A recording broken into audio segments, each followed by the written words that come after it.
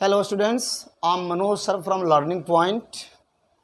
तो आज का टॉपिक है वॉइस, जिसे हम हिंदी में वाच्य कहते हैं। देखिए, वॉइस दो प्रकार के होते हैं, active voice and passive voice. तो एक्टिव से पैसिव में हम कैसे ट्रांसफॉर्म करते हैं, एक्टिव से पैसिव में कैसे हम सेंटेंस को चेंज करते हैं, इसके कुछ सामान्य नियम हैं। और वो सामान्य नियम कोई भी एक्टिव से पैसिव करना होगा वहाँ पर वो लागू होगा। तो पहले हम उसको जानते हैं कि आखिर सामान्य नियम क्या है। देखिए, एक्टिव वॉइस से पैसिव वॉइस में बदलने का सामान्य नियम, इस नियम को जानना ही जानना है। जैसे एक्टिव वॉइस के सब्जेक्ट को पैसिव वॉइस में ऑब्जेक्ट बना देते हैं।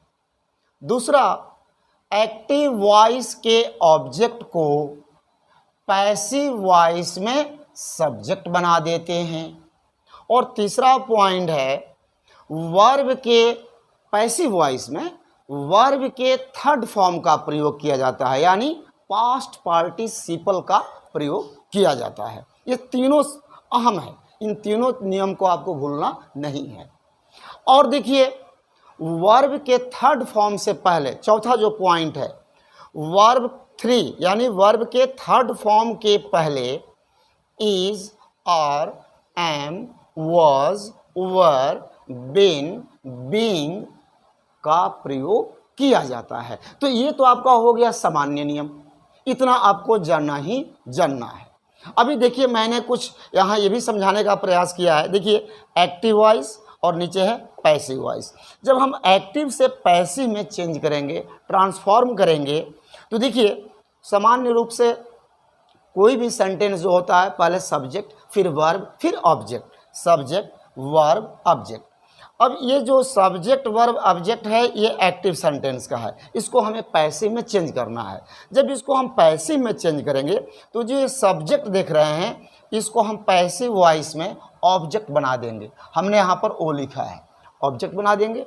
और जो एक्टिव वॉइस का जो ऑब्जेक्ट है, जब हम पैसिव करेंगे तो इस ऑब्जेक्ट को हम पैसिव वॉइस में सब्जेक्ट बना देंगे।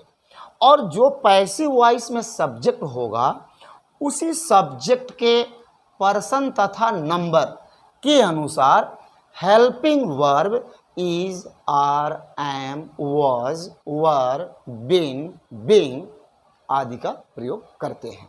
और देखिए, जो वर्ब है ये हमेशा वर्ब थ्री यानी वर्ब का थर्ड फॉर्म का प्रयोग होगा। क्लियर है?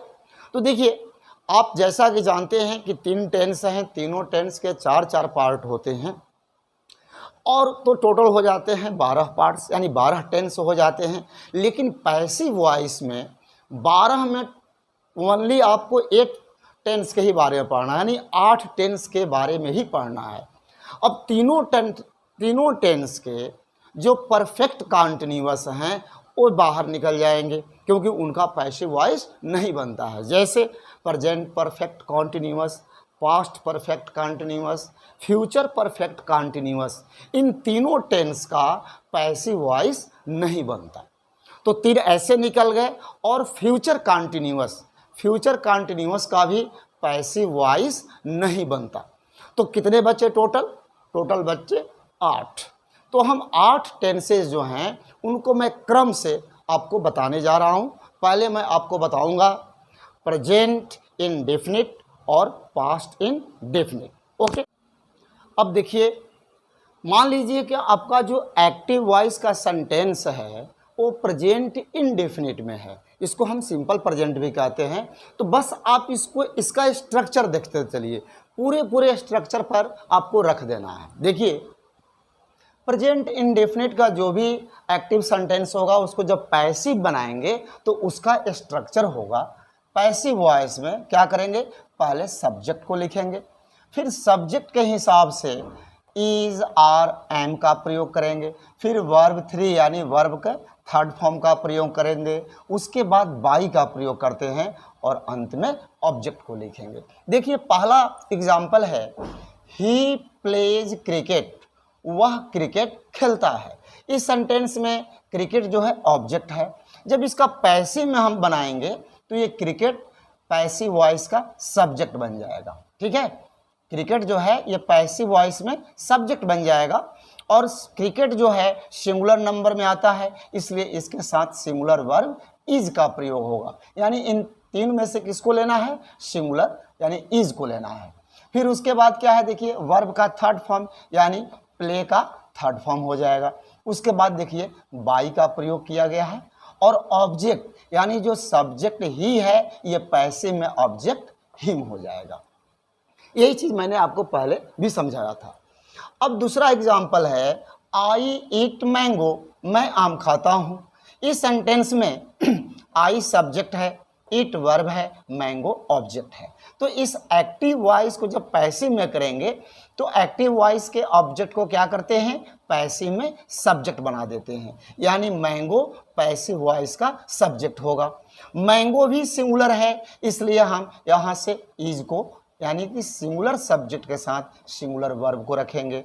उसके बाद देखिए वर्ब का थर्ड फॉर्म ईटन का प्रयोग किया गया है, फिर उसके बाद बाई का प्रयोग किया गया है और यहाँ पर है ऑब्जेक्ट, यानी कि एक्टिव वॉइस में सब्जेक्ट क्या है? आई, और इस आई को हम पैसिव वॉइस में ऑब्जेक्ट में बदलते हैं, यानी आई का ऑब्जेक्ट मी हो जाता है।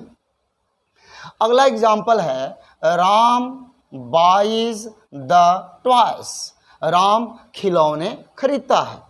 अब इस सेंटेंस में द टॉयज जो है ऑब्जेक्ट है, तो पैसिव वॉइस में इसको हम सब्जेक्ट बना देते हैं। द टॉयज सब्जेक्ट हो गया। द टॉयज क्या है? प्लूरल है, यानी प्लूरल नंबर में है, तो हम यहाँ क्या करेंगे? आर का प्रयोग करेंगे, क्योंकि प्लूरल सब्जेक्ट के साथ प्लूरल वर्ब का प्रयोग होता है। यानी द टॉयज प्लूरल है तो फिर उसके साथ आर का प्रयोग होगा। फिर वर्ब के थर्ड फॉर्म बॉट, यानी बाई का थर्ड फॉर्म बॉट होता है। फिर उसके बाद बाई का प्रयोग करेंगे और लास्ट में ऑब्जेक्ट राम है, यानी कि यहाँ पर जो राम सब्जेक्ट है वो पैसिव वॉइस में ऑब्जेक्ट बन जाएगा। मैंने पहले भी बताया कि नाम में कोई परिवर्तन नहीं होता। अगला एग्जाम्पल है he does not love you. अब देखिए इसमें निगेटिव भी मैंने समझाने का प्रयास किया है। He does not love you, वह तुमसे प्यार नहीं करता है। यानी इस सेंटेंस में ऑब्जेक्ट यू है, जब इसका पैसिव बनाएंगे तो जो ये यू है ये पैसिव का सब्जेक्ट बन जाएगा और यू के साथ आर का प्रयोग किया जाएगा। अब देखिए यहाँ डज हेल्पिंग वर्ब के बाद में नॉट का प्रयोग है, तो हम यहाँ भी आर के बाद नॉट का प्रयोग कर देंगे। और फिर देखिए वर्ब का थर्ड फॉर्म यानी लव का थर्ड फॉर्म लव्ड हो जाएगा। इसके बाद बाई का प्रयोग किया जाएगा, यहाँ पर बाई का प्रयोग किया गया है। इसके बाद में ऑब्जेक्ट है, यानी ही सब्जेक्ट का, यानी ही कौन सा केस है? नॉमिनेटिव केस, इसका ऑब्जेक्ट क्या हो जाता है? हिम। अगला देखिए, अब इसको इंट्रोगेटिव सेंटेंस में भी हमने समझाने का प्रयास किया है। जैसे यहाँ दिया है do you play the piano, क्या आप पियानो बजाते हैं? तो देखिए यहाँ पर डू का प्रयोग किया गया है और यहाँ पर यू के हिसाब से डू का प्रयोग किया गया है। यदि यहाँ ही रहता तो यहाँ डज होता, लेकिन अभी हम इसको देखते हैं। Do you play the piano, यानी कि जो पियानो ऑब्जेक्ट है ये पैसिव वॉइस का सब्जेक्ट बनेगा। तो पियानो क्या है? सिंगुलर नंबर है, इसलिए डू को हम यहाँ इज में बदलेंगे। यदि प्लूरल सब्जेक्ट होता तो यहाँ आर रखते। तो यहाँ देखिए डू को हमने इज में रख दिया, इज के रूप में रखा, और इसके बाद में जो ऑब्जेक्ट है उसको यहाँ सब्जेक्ट के रूप में रख दिए द पियानो। उसके बाद वर्ब का थर्ड फॉर्म प्लेड, और उसके बाद बाई का प्रयोग किया जाता है और लास्ट में ऑब्जेक्ट को रखते हैं। जो यहाँ पर यू सब्जेक्ट है इसको पैसिव वॉइस में हमने ऑब्जेक्ट यू के रूप में रखा। और हाँ, सबसे इम्पॉर्टेंट चीज़ है, यदि सेंटेंस किसी भी टेंस का सेंटेंस इंट्रोगेटिव फॉर्म में हो तो पैसिव में भी वो उसे हम क्वेश्चन मार्क लगाना नहीं भूलेंगे, ये क्वेश्चन मार्क नहीं हटता। अगला एक क्वेश्चन वर्ड टाइप का देखिए, why do you write a letter, तुम पत्र क्यों लिखते हो? तो देखिए क्वेश्चन वर्ड अपने जगह पर ही रहता है। जैसे यहाँ एक्टिव वॉइस में वाई है तो पैसिव में भी अपने जगह पर ही वाई रहेगा। इसके बाद देखिए do you write a letter, यानी इसमें ऑब्जेक्ट लेटर है और लेटर क्या है, ऑब्जेक्ट है। जब पैसिव वॉइस करेंगे तो ये लेटर क्या हो जाएगा, पैसिव वॉइस का सब्जेक्ट बन जाएगा। तो लेटर क्या है, सिंगुलर नंबर है, इसलिए डू को हम यहाँ इज के रूप में बदलेंगे। यदि यहाँ सब्जेक्ट प्लुरल होता तो डू के जगह पर यहाँ आर होता। तो व्हाई इज अ लेटर, फिर सब्जेक्ट बाद क्या करेंगे, वर्ब का थर्ड फॉर्म रिटन का प्रयोग किया गया, उसके बाद बाई का प्रयोग किया गया और यहाँ सब्जेक्ट के रूप में यू था, इसलिए पैसिव में इसको ऑब्जेक्ट के रूप में रख दिए और क्वेश्चन मार्क लगा दिए। ओके, बस इतनी ही सी बात समझनी है। अब आते हैं देखिए पास्ट इंडेफिनिट। सेम यही प्रक्रिया आपको पास्ट इंडेफिनिट में भी करनी है, लेकिन अंतर क्या होगा, प्रेजेंट इंडेफिनिट में जो वर्ब होता है इज आर एम होता है और पास्ट इंडेफिनिट में दो ही वर्ब होते हैं, वाज वर। देखिए पास्ट इंडेफिनिट का स्ट्रक्चर है सब्जेक्ट, उसके बाद सब्जेक्ट के हिसाब से वाज या वर, उसके बाद वर्ब थ्री यानी वर्ब का थर्ड फॉर्म, उसके बाद बाई, उसके बाद ऑब्जेक्ट। तो देखिए पहला example, he wrote a letter, उसने एक पत्र लिखा, यानी सेंटेंस पास्ट में है। तो देखिए इसमें जो अ लेटर है ये पैसिव वॉइस में सब्जेक्ट बन गया। अब यहाँ लेटर सिंगुलर नंबर है, इसलिए इनके साथ वाज का प्रयोग होगा। उसके बाद वर्ब का थर्ड फॉर्म यानी रोट का थर्ड फॉर्म रिटन हो जाएगा। उसके बाद हम बाई का प्रयोग करेंगे और अंत में ऑब्जेक्ट को रखेंगे यहाँ हिम, क्योंकि एक्टिव वॉइस का सब्जेक्ट ही है, इसलिए पैसिव में इसका ऑब्जेक्ट हिम हो जाएगा। ओके, अब अगला एग्जाम्पल देखिए, Ranu bought the toys, Ranu ने खिलौने खरीदे। तो अब देखिए यहाँ पर ऑब्जेक्ट है द टॉय, जब पैसिव करेंगे तो द टॉय पैसिव वॉइस का सब्जेक्ट बन जाएगा। जब पैसिव वॉइस का जो सब्जेक्ट टॉयज है यानी प्लूरल है, यानी प्लूरल के साथ प्लूरल वर्ब वर का प्रयोग होगा। देखिए यहाँ वर है इसलिए हमने प्लूरल है इसलिए हमने वहाँ पर वर का प्रयोग किया। और उसके बाद वर्ब का थर्ड फॉर्म, यानी पहले से बॉट जो है वर्ब का सेकंड फॉर्म है, लेकिन अब यहाँ थर्ड फॉर्म भी बॉट ही होता है, इसलिए यहाँ पर हमने थर्ड फॉर्म बॉट का प्रयोग किया। उसके बाद देखिए बाई का प्रयोग किया गया और लास्ट में ऑब्जेक्ट है, यानी रानू सब्जेक्ट था, पैसिव वॉइस में ये ऑब्जेक्ट बन गया। अगला एग्जाम्पल देखते हैं। अगला एग्जाम्पल हमने निगेटिव से लिया है, she did not cook food, उसने खाना नहीं बनाया। She did not cook food. अब देखिए जब ऐसे भी जानते हैं कि पास्ट इंडेफिनिट में जब डिड का प्रयोग होता है या डिड नॉट लग जाता है तो वर्ब अपने फर्स्ट फॉर्म में आ जाते हैं। तो देखिए इसमें सेंटेंस में सब्जेक्ट सी है, डिड नॉट कुक फूड। जब इसका पैसिव बनाएंगे तो फूड क्या है, पैसिव का सब्जेक्ट बन जाएगा और फूड क्या है, अनकाउंटेबल है यानी सिंगुलर है, इसलिए फूड के साथ वाज का प्रयोग किया जाएगा। अब ऊपर में देखिए एक्टिव सेंटेंस में डिड हेल्पिंग वर्ब के बाद नॉट आया है, इसलिए यहाँ वाज हेल्पिंग वर्ब के बाद नॉट का प्रयोग हो जाएगा। फिर उसके बाद में वर्ब का थर्ड फॉर्म है यानी कुक का थर्ड फॉर्म कुकड हो जाएगा। उसके बाद हम बाई का प्रयोग करेंगे और अंत में ऑब्जेक्ट यानी सी का ऑब्जेक्ट होता है हर। क्लियर। अब अगला एग्जाम्पल देखते हैं जो इंट्रोगेटिव सेंटेंस से है, did Sita right the stories, क्या सीता ने कहानियाँ लिखा, कहानियाँ, कहानी नहीं कहानियाँ। तो अब देखिए इस सेंटेंस में did Sita right the stories, the stories जो है ये क्या है, ऑब्जेक्ट है और इसको हम पैसिव वॉइस में क्या बना देंगे, सब्जेक्ट बनाएंगे और सब्जेक्ट के हिसाब से हमें वाज या वर का प्रयोग करना होता है। तो देखिए डिड के स्थान पर ओवर होगा, क्यों, क्योंकि इस पैसिव वॉइस का जो सब्जेक्ट है द स्टोरीज प्लूरल में है। यदि ये सिंगुलर में होता सब्जेक्ट तो वाज करते, लेकिन यहाँ द स्टोरीज प्लूरल है इसलिए यहाँ पर वर होगा, वर द स्टोरीज, राइट का थर्ड फॉर्म यहाँ रिटन हो जाएगा। उसके बाद बाई का प्रयोग करेंगे जो कि मैंने किया है और अंत में ऑब्जेक्ट को लिखते हैं, यानी एक्टिव सेंटेंस का सब्जेक्ट सीता थी इसलिए यहाँ पर ऑब्जेक्ट सीता हो गई और क्वेश्चन मार्क तो अनिवार्य रूप से लगाना है। अगला एक क्वेश्चन वर्ड पर देखते हैं, why did you break the chair? तुमने कुर्सी क्यों तोड़ा? तुमने कुर्सी क्यों तोड़ा? तो देखिए यहाँ पर क्या करेंगे, इस सेंटेंस में ऑब्जेक्ट है द चेयर, तो इस द चेयर को हम क्या करेंगे, पैसिव वॉइस में सब्जेक्ट बनाएंगे। अब देखिए यहाँ पर व्हाई क्वेश्चन वर्ड है, तो मैंने अभी जस्ट बताया कि क्वेश्चन वर्ड अपने जगह पर ही होते हैं, तो हमने व्हाई को व्हाई के स्थान पर रख दिया। इसके बाद द चेयर जो है ये सिंगुलर नंबर में है, इसलिए हम डिड के स्थान पर वाज का प्रयोग कर दिए। यदि सब्जेक्ट यहाँ द चेयर जो है ये प्लूरल होता तो फिर यहाँ हम वर का प्रयोग करते, लेकिन द चेयर सिंगुलर है इसलिए हमने यहाँ पर वाज का प्रयोग किया।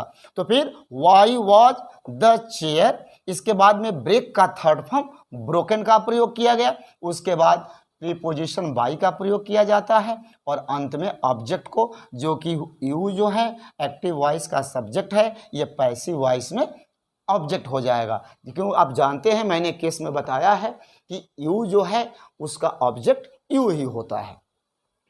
अगला देखिए बहुत इंपॉर्टेंट है, ये अक्सर कॉम्पिटिटिव एग्जाम में खास करके एनडीएस, सीडीएस, एयरफोर्स का XY ग्रुप, आर्मी वगैरह हर परीक्षा में इससे क्वेश्चन अराइज होते हैं।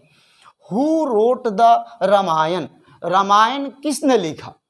अब देखिए आपको अभी मैं बता दूं कि हु जो है ये नॉमिनेटिव केस है, ये सेंटेंस में सब्जेक्ट का भी कार्य करता है, और हु का ऑब्जेक्ट होता है हुम, हु का ऑब्जेक्ट होता है हुम, और हु का पॉजेसिव केस होता है हुज।